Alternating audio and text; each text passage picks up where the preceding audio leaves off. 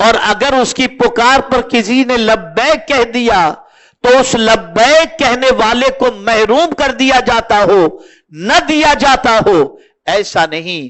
اس لیے کہ دنیا کا انسان اگر پکارے بھئی کل کھانے کے لیے آ جانا، تو اگر بھیڑ زیادہ لگ گئی تو کھانا ختم ہو جاتا ہے، بھئی جاؤ اب تو میرے پاس نہیں ہے. لیکن میرے رب نے جب کہہ دیا، پکارا اس نے دعوت دی، تو آپ جانتے ہیں اے رسول اعظم صلی اللہ علیہ وسلم کے دیوانوں، اس کے پاس کسی ایک چیز کا خزانہ نہیں ہے، بلکہ وہ فرماتا ہے وَإِن مِّن شَيْءٍ إِلَّا عِندَنَا خَزَائِنُ، ہر چیز کا خزانہ اللہ کے پاس موجود ہے. اس لیے جس چیز کے لیے وہ کہتا ہے اور پکارتا ہے، وہ چیز اگر کوئی اس سے طلب کرے تو طلب کرنے والی ساری کائنات بھی ہو تو میرا مولا سب کی جھولیوں کو بھر دیا کرتا ہے. اب یہ کب سے کب تک؟ غروب آفتاب سے لے کر صبح صادق تک، یعنی سحری کے وقت کے ختم ہونے تک میرا مولا خود پکارتا ہے. قربان جائیے، کیا پکارتا ہے؟ اور پہلی پکار کس چیز کی ہوتی ہے؟ خدا را شب برات کی قدر کرو، شب برات کو ضائع کرنے سے بچو.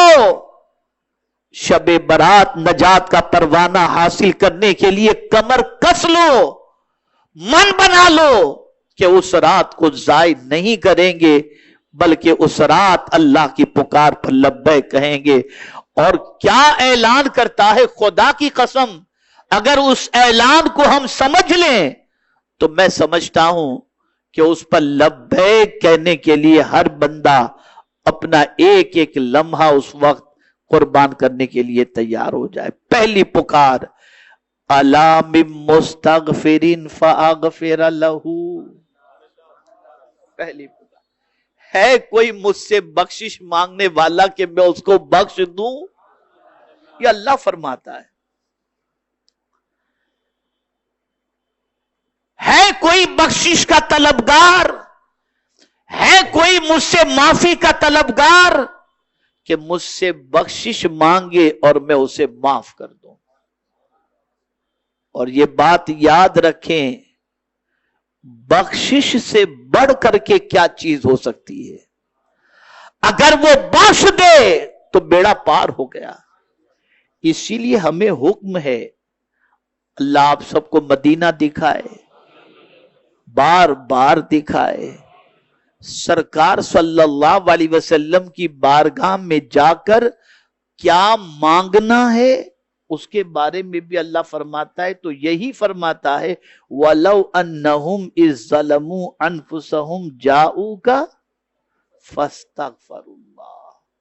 حضور کی بارگاہ میں جا کر کے بھی اللہ سے بخشش مانگو اور میرا رسول بھی تمہارے لیے بخشش کی دعا کر دے تو تم اللہ کو توبہ قبول کرنے والا مہربان پاؤ گے. بخشش سے بڑی کوئی دولت نہیں ہے، بہت بڑی دولت ہے. اس لیے کہ اگر وہ بخش دے تو بیڑا پار ہو گیا، پھر سب کچھ نصیب ہو جائے گا. میں نے کل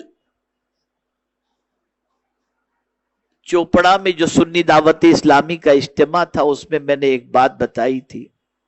علماء خاص طور پر ان کی توجہ کا طالب ہوں اور طلباء کے بھی خاص طور پر. سب جانتے ہیں کہ قرآن شریف اور احادیث کے اندر تسبیح کی بڑی فضیلت ہے، یعنی سبحان اللہ پڑھنے کی. سبحان اللہ و بحمدہ پڑھیے، سبحان اللہ العظیم پڑھیے، بڑی فضیلت ہے، اس میں کوئی شک کی گنجائش نہیں. ایک بار سبحان اللہ کہنے پر جنت میں درخت لگا دیا جاتا ہے، یہ اس کی فضیلت. اور اس کو اگر میزان کے کوئی ایک بار پڑھے تو پورا میزان جو ہے نا اسے بھر دیا جاتا ہے، اتنی فضیلت ہے سبحان اللہ کی. تو سبحان اللہ بہت عظیم چیز ہے. فرشتے بھی اللہ کی تسبیح، بلکہ فرشتے تو کیا قرآن کہتا ہے وَيُسَبِّحُ الرَّعْدُ بِحَمْدِهِ، بجلی بھی اللہ کی تسبیح بیان کرتی ہے، بلکہ مینڈک بھی اللہ کی تسبیح کرتا ہے، اسی لیے حضور نے منع فرمایا کہ مینڈک کو نہ مارو، وہ اللہ کی تسبیح کرتا ہے۔ تو بڑی فضیلتیں ہیں تسبیح کی۔ لیکن حضرت سفیان ثوری رحمت اللہ تعالی علیہ سے ایک شخص نے پوچھا کہ حضور یہ بتائیں کہ میرے لیے تسبیح بہتر ہے یا استغفار؟ میرے لیے تسبیح بہتر ہے کہ میں سبحان اللہ کی کثرت کروں، یا میرے لیے یہ بہتر ہے کہ میں استغفر اللہ کی کثرت کروں؟ تو ارشاد فرماتے ہیں کہ سبحان اللہ خوشبو ہے، کپڑا گندا ہو تو صابن کی ضرورت ہوتی ہے، خوشبو کی نہیں۔ کپڑا گندا ہو تو صابن کی ضرورت ہوتی ہے، خوشبو کی نہیں۔ اس لیے پہلے استغفار کر لو، جب گناہوں سے پاک ہو جاؤ تو سبحان اللہ پڑھتے رہو۔ یعنی کہیں بھی آپ جا کر دیکھیں تو استغفار آپ کو نظر آئے گا۔ حضرت ابراہیم دعا کرتے ہیں تو ربنا اغفر لی، حضور سے فرمایا گیا واستغفر للمؤمنین والمؤمنات، حضور سے فرمایا گیا رب اغفر وارحم۔ آپ اندازہ لگائیے یہ مغفرت ہے۔ اللہ جانتا ہے کہ مغفرت کتنی عظیم چیز ہے، تو اپنے بندے ہی سے کہتا ہے الا من مستغفر فاغفر لہ، ہے کوئی مجھ سے بخشش مانگنے والا کہ میں اس کو معاف کر دوں؟ اب یہ ہو ہی نہیں سکتا کہ مولا وعدہ خلافی فرمائے، تو اس رات خوب اللہ سے بخشش کی بھیک مانگو، مغفرت کی بھیک مانگو، استغفار کی کثرت کرو، بلکہ اس سے پہلے ہی سے اللہ کی بارگاہ میں مغفرت کی بھیک مانگنے کے لیے تیار ہو جاؤ، اور عادت بنا لو استغفار کی۔ اس لیے کہ اللہ والوں کی ایک عادت یہ بھی ہے وَبِالْأَسْحَارِ هُمْ يَسْتَغْفِرُونَ، وہ سحری کے وقت یعنی رات کے آخری پہر کے اندر جو دعا کی قبولیت کا وقت ہوتا ہے، اس میں اللہ عز و جل سے مغفرت مانگا کرتے ہیں۔ اور ایک بات بتا دوں، چلیے بڑی پتے کی بات یاد آ گئی، اگر کبھی آپ کی طبیعت بہت زیادہ خراب ہو نا، دو چیزوں کی کثرت کیجئے، انشاءاللہ کافی طبیعت کے اندر سکون مل جائے گا۔ ایک ہے درود شریف، دوسرا ہے استغفار۔ یہ دونوں کو لازم پکڑ لیجئے، کیونکہ کوئی تکلیف بھی گناہ کے بغیر نہیں آتی، اور اگر گناہ کی وجہ سے تکلیف آئی تو پروردگار فرماتا ہے وَمَا كَانَ اللَّهُ لِيُعَذِّبَهُمْ وَأَنْتَ فِيهِمْ وَمَا كَانَ اللَّهُ مُعَذِّبَهُمْ وَهُمْ يَسْتَغْفِرُونَ۔ اللہ اس بندے کو عذاب کیسے دے کہ میرے محبوب تم ان میں ہو، اور اس کو کیسے عذاب دے جو مجھ سے مغفرت طلب کر رہا ہو۔ ادھر تھوڑی دیر آپ استغفار کریں گے اور درود شریف پڑھیں گے، آپ کی طبیعت کسی حد تک بحال ہونی شروع ہو جائے گی۔ بہت بڑی طاقت ہے استغفار کے اندر۔ خیر یہ ایک الگ موضوع ہے، پھر کبھی اس پر انشاءاللہ۔ تو اللہ عز و جل کیا فرماتا ہے کوئی مجھ سے مغفرت کا طلبگار کہ میں اس کی خطاؤں کو معاف کر دوں۔ اللہ اکبر۔ ذرا دامن پر نگاہ ڈال کر کے دیکھیں کہ کتنا دامن گناہوں سے آلودہ ہے۔ تو اس رات سب سے زیادہ جس چیز کی فکر کرنی ہے وہ استغفار کی، مغفرت کی فکر کرنی ہے۔ پھر کیا فرماتا ہے الا مسترزق فارزقہ، ہے کوئی رزق طلب کرنے والا کہ میں اسے روزی عطا کروں۔ یہ اللہ فرماتا ہے، ایسا نہیں کہ سب مل کر روزی مانگیں تو اس کا خزانہ ختم ہو جائے، نہیں، اس کے پاس اتنا ہے کہ وہ ہمیشہ سے پال رہا ہے اور ہمیشہ تک پالتا رہے گا، اس کے خزانے میں کوئی کمی نہیں۔ تیسری چیز وہ فرماتا ہے الا مبتلن فاعافی، ہے کوئی پریشانی میں گرفتار کہ مجھ سے عافیت مانگے اور میں اسے عافیت عطا کر دوں۔ عافیت بہت بڑی دولت ہے، اللہ سے عافیت کا سوال کیا کرو۔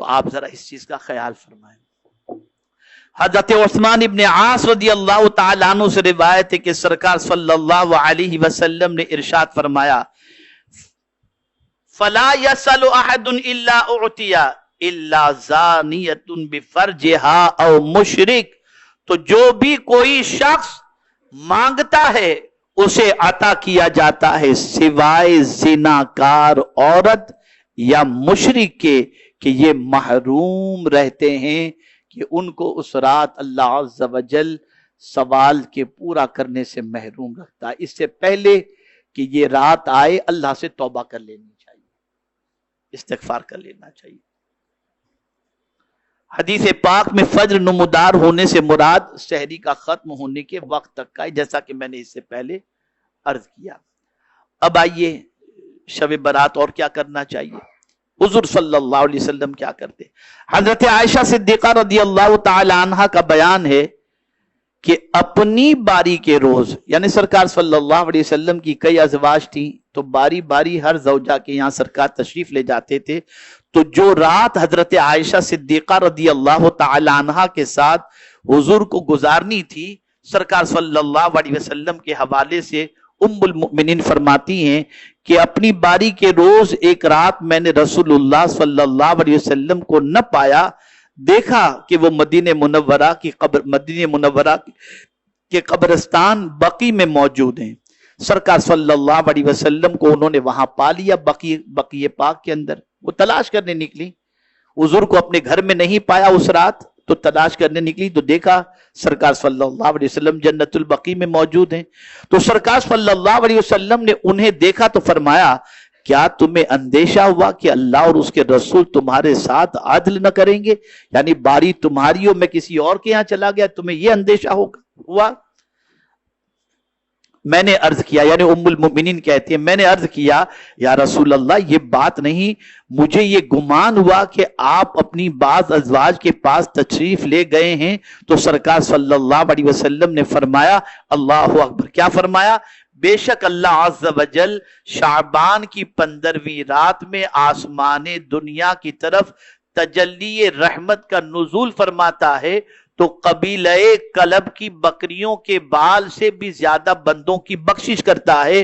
مطلب یہ ہے کہ اے عائشہ اگرچہ آج کی شب تیری باری کی ہے، لیکن چونکہ اس مقدس رات کا ایک ایک لمحہ خیرات و برکات و تجلیات رحمانیہ کے نزول کا ہے، اس لیے میں نے چاہا کہ اپنی امت کے لیے بخشش کی دعا کروں۔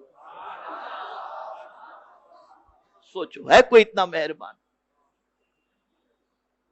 کتنے مہربان ہیں آقا کریم، رؤوف الرحیم علیہ التحیۃ والتسلیم۔ میرے پیارے آقا صلی اللہ تعالی علیہ وسلم کے پیارے دیوانوں، یاد رکھیں شب برات قبرستان جانا بھی رسول اعظم صلی اللہ علیہ وسلم کی سنت مبارکہ سے ثابت ہے۔ بیہقی شریف کی ایک روایت کے مطابق حضرت عائشہ صدیقہ رضی اللہ تعالی عنہا نے بقی اپنے جانے وہاں سے آنے پھر خوابگاہ میں سرکار صلی اللہ علیہ وسلم سے ہم کلام ہونے کا ایک تفصیلی واقعہ ذکر کیا ہے، جس میں سرکار نے آپ کو خطاب کرتے ہوئے یہ ارشاد فرمایا۔ کیا ارشاد فرمایا؟ سماعت فرمایا۔ حضور صلی اللہ علیہ وسلم نے فرمایا بلکہ میرے پاس، کب؟ شب برات، بلکہ میرے پاس، بل اتانی جبریل علیہ السلام فقال هذه لیلۃ النصف من شعبان وللہ فیہا اتقاء من النار بعدد شعور غنم قلب۔ اللہ کے رسول صلی اللہ علیہ وسلم فرماتے ہیں کہ بلکہ میرے پاس جبریل علیہ السلام تشریف لائے اور فرمایا یہ شعبان کی 15ویں شب ہے، اللہ تعالیٰ اس رات قبیلہ کلب کی بکریوں کے بالوں کی گنتی کے مانند نافرمانوں کو جہنم سے آزاد کرتا ہے، لیکن کن لوگوں کو نہیں کرتا؟ ذرا غور سے سن لیں۔ اس پر تفصیلی خطاب زندگی رہی، یعنی کن لوگوں کی بخشش اس رات نہیں ہوتی، اس پر تفصیلی خطاب انشاءاللہ جمعۃ المبارکہ کی نماز میں، جمعہ کے خطبے کے اندر انشاءاللہ بخاری مسجد میں عرض کروں گا۔ تفصیل کے ساتھ مختصر بتا دوں، آزاد کرتا ہے، لیکن یعنی بنی کلب کی بکریوں کے بالوں کی تعداد کے برابر اللہ تعالیٰ اپنے بندوں کو جہنم سے آزاد فرماتا ہے، لیکن کن لوگوں کو آزاد نہیں کرتا؟ تو فرمایا مشرک، کینہ پرور، بدعتی، جو جماعت اہل سنت سے خارج ہو، رشتہ کاٹنے والے، کپڑا گھسیٹ کر چلنے والے، ماں باپ کے نافرمان اور شراب کے عادی، ان لوگوں کی طرف اللہ تعالی نگاہ رحمت اس رات بھی نہیں فرماتا۔